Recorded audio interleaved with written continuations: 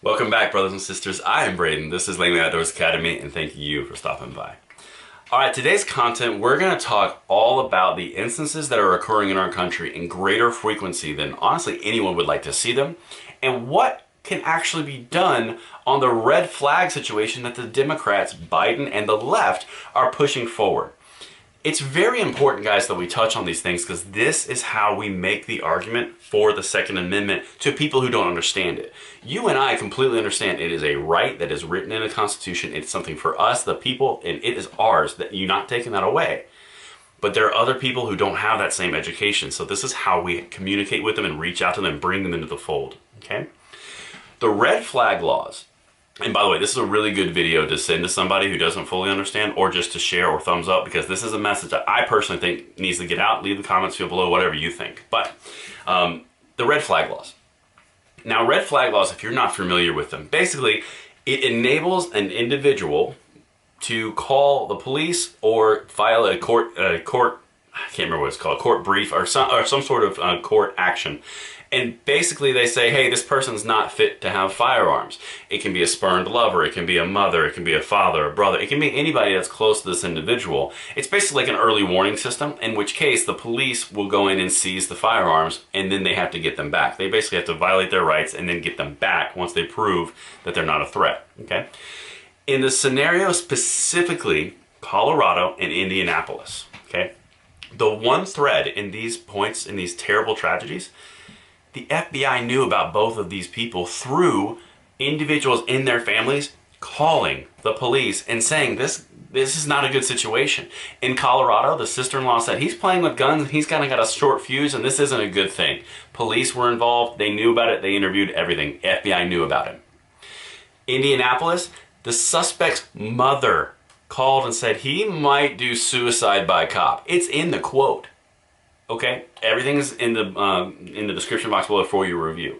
But the main point here, guys, is the FBI knew about both of the most recent tragedies in our country in this realm, and they didn't prevent it. Family members reached out and said, hey, we need to throw some flags up on this, and still nothing happened. Even after interviews, after the police were involved and the FBI were involved in Indianapolis, and they seized the kid's shotgun.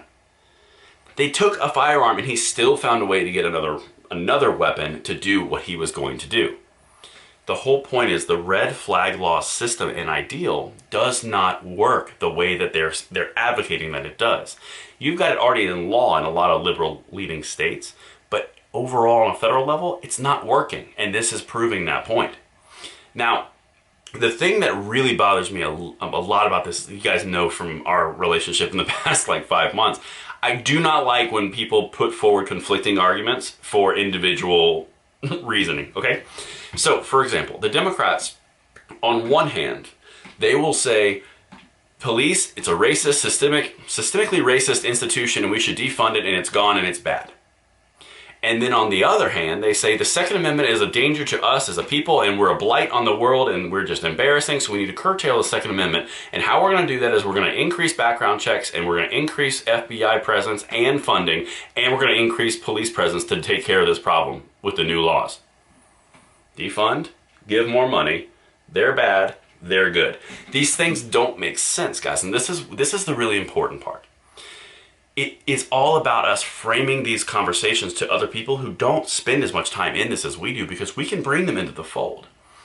FBI agents, law enforcement, ICE officers, police officers, they are amazing people. And I want you guys to understand, I have nothing but honor and respect for them. They put their lives on the line for us to be comfortable and be protected. That's a huge sacrifice, and I honor and respect that.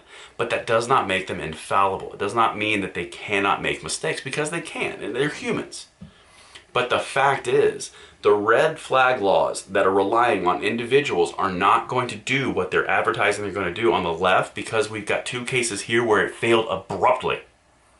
And that's the thing I want to bring to you guys today, is let me know what you think in the comments field below. Is this something that we need to bring up more? Is this something that is helpful for you guys to share out, to send to other people? Because these are the kind of points that we need to talk to, we need to bring up, and we need to really bring into the conversation, because it's simple logic, and we can do this together if we take these steps and we use this, not this, right?